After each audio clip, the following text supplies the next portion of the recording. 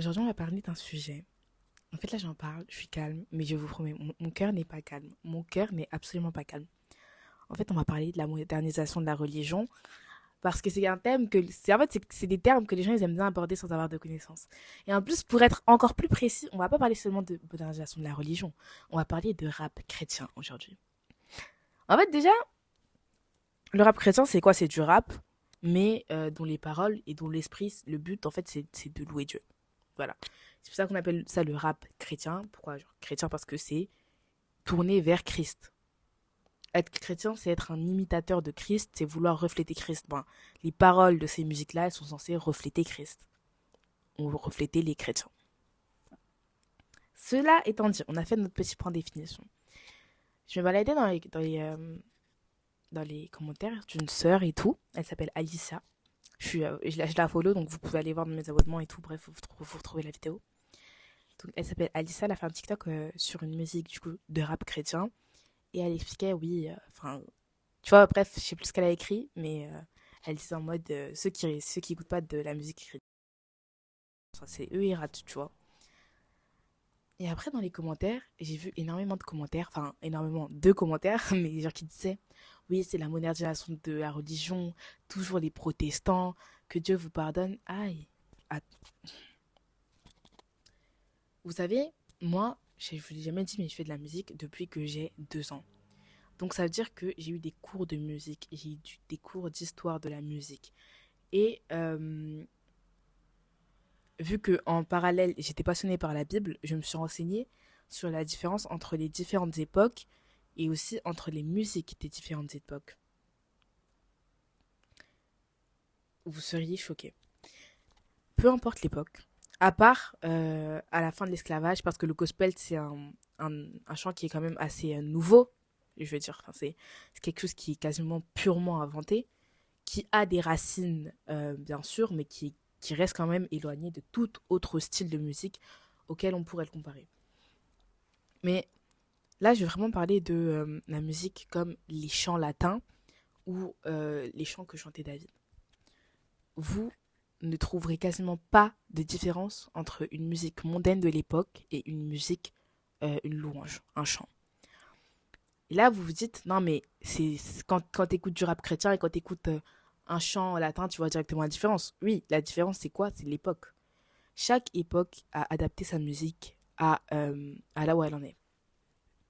Moi, je suis pas non plus dans l'hyper-modernisation. Ça veut dire on peut tout mettre dans les musiques chrétiennes, on peut mettre certains bruitages, comme l'ont fait certains artistes, tu vois.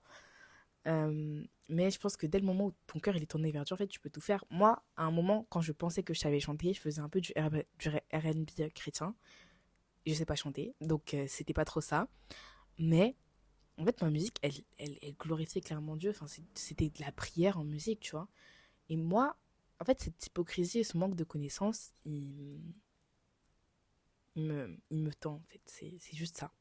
Ça me tend de voir qu'il y a des gens, en fait, qui ne sont pas renseignés, qui n'ont pas de connaissances tangibles, mais qui parlent quand même, genre. T'as aucune connaissance, mais tu te dis, bon, je vais ouvrir ma bouche et je vais faire, bah, bah, bah, bah, bah. Genre, bon. C'était censé être un bruit d'oiseau, mais ça l'est pas. Ce que je veux dire, c'est que je pense qu'il faut vraiment qu'on apprenne à avoir des connaissances. La Bible, elle dit mon peuple périt par manque de connaissances et en voici encore la preuve. Le rap chrétien, ce serait de la modernisation de la religion. Il ne faut pas confondre musique, donc louange, religion. Si déjà tu mets tout dans un seul terme, ça va pas le faire. Ensuite, modernisation des louanges. Est-ce que c'est pas quelque chose qu'on a fait, qu'on a fait, qu'on a fait à travers l'histoire, quoi. Et aussi, du coup, il y avait une fille dans les commentaires, elle m'a demandé, ouais, est-ce que tu penses que Jésus, il écouterait ce genre de musique? Pour moi, si Jésus il vivait à notre époque, clairement, il écouterait ce genre de musique. Enfin, s'il était né dans notre génération plutôt. Et là, vous allez vous dire, mais pourquoi il écouterait ce genre de musique? Attendez.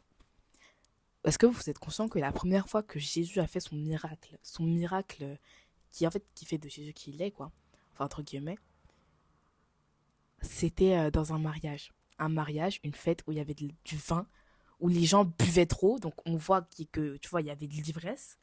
Les gens buvaient trop, il y avait du vin et il y avait de la musique. On se doute, je sais pas, moi je pense pas qu'il y avait de la musique, que c'était des louanges, tu vois. Tu vois ce que je veux dire? On sait déjà que, que les musiques qu'il y avait, c'était pas forcément tourné vers Dieu. Et pourtant, Jésus a opéré là-bas. Jésus est entré dans un contexte qui ne ressemblait pas du tout à celui où on voit la sainteté. Et il est venu mettre la main de Dieu. Et aujourd'hui, ce qu'on fait, c'est qu'on prend tout ce qui ne représente pas la sainteté et on met Dieu dedans. Pourquoi? Parce qu'on dit tout ce que Satan veut retourner contre Dieu, on le reprend en main. Là où Satan il a voulu mettre le rap pour faire quelque chose pour faire une musique qui stigmatise, qui va représenter une certaine population, une musique qui incarne la mort, qui incarne ci, qui incarne ça, qui incarne le sexe, etc. Là, Dieu il a dit, il a mis en certaines personnes la conviction que c'est ce genre de musique qu'il devait faire. Le premier miracle de Jésus, c'était dans un endroit avec du vin, de la musique, de l'alcool, les gens étaient ivres. Et pourtant, c'est là qu'il l'a opéré. Donc aujourd'hui, il y a des gens qui opèrent dans des contextes qui ne sont pas chrétiens à la base. Et moi, je trouve que c'est honorable. Parce que ça veut dire que tous les jours, Satan, il crée des nouvelles armes. Enfin, il ne crée pas, il détourne. Pardon. Il détourne des choses que Dieu a créées. Il va prendre, prenons quelque chose, la technologie. Voilà. La technologie, elle peut être utilisée pour amplifier la parole de Dieu. Amen. Satan, il va la prendre, il va mettre la pornographie.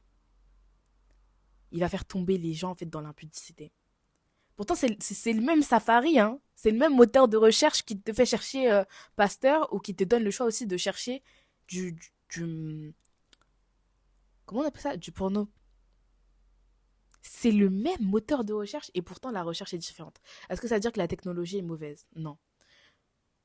On a appris en philosophie que la plupart des choses étaient neutres. Mais que c'est notre importance, non, que c'est notre interprétation qui change les choses, que c'est notre intention qui change les choses. Le rap, c'est neutre de base. Le rap, c'est juste de la musique. La musique est neutre. Satan utilise la musique. Dieu utilise la musique. Voilà. Après, moi, je dis ça comme ça. Je sais que certaines personnes ont déjà des avis qui sont faits. Mais comme je vous ai dit, moi, je suis vraiment quelqu'un qui je suis dans le milieu de la musique. Ok, je suis dans le milieu de la musique. Et donc, je sais ce que je dis. Et moi aussi, j'écoute encore de la musique mondaine. Mais moi, je n'écoute pas. Après, comme je vous ai dit, moi, je fais de la musique. Donc, j'écoute pas dans un sens forcément écouter parce que j'aime ça, mais j'écoute parce que genre c'est comme lire un livre pour certains. Moi, c'est juste un. Enfin, c'est de la musique chrétienne comme la musique mondaine. Pour moi, c'est quelque chose qui s'étudie. On étudie les instruments, la forme, qu'est-ce qui fait de cette musique une musique entraînante.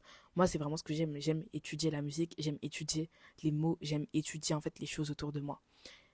Et donc, je vous recommanderais pas d'écouter la musique mondaine, mais n'oubliez pas que c'est aussi selon ce que Dieu met dans votre cœur. Comme je vous l'ai déjà expliqué, ou comme je vais vous l'expliquer dans le futur, je sais plus c'est dans quelle heure des épisodes. Moi, Dieu m'a vraiment mis une forte analyse et vraiment un détachement en fait. Je suis vraiment toujours détachée de tout ce que je fais rentrer dans mon quotidien. Tant que ce n'est pas une interaction face à face avec quelqu'un, je suis totalement détachée de ça. Et voilà, ainsi, c'était incroyable de pouvoir parler de ça avec vous.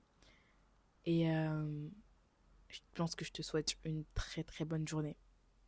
Voilà, voilà. Bisous, on se fait la bise. Bye.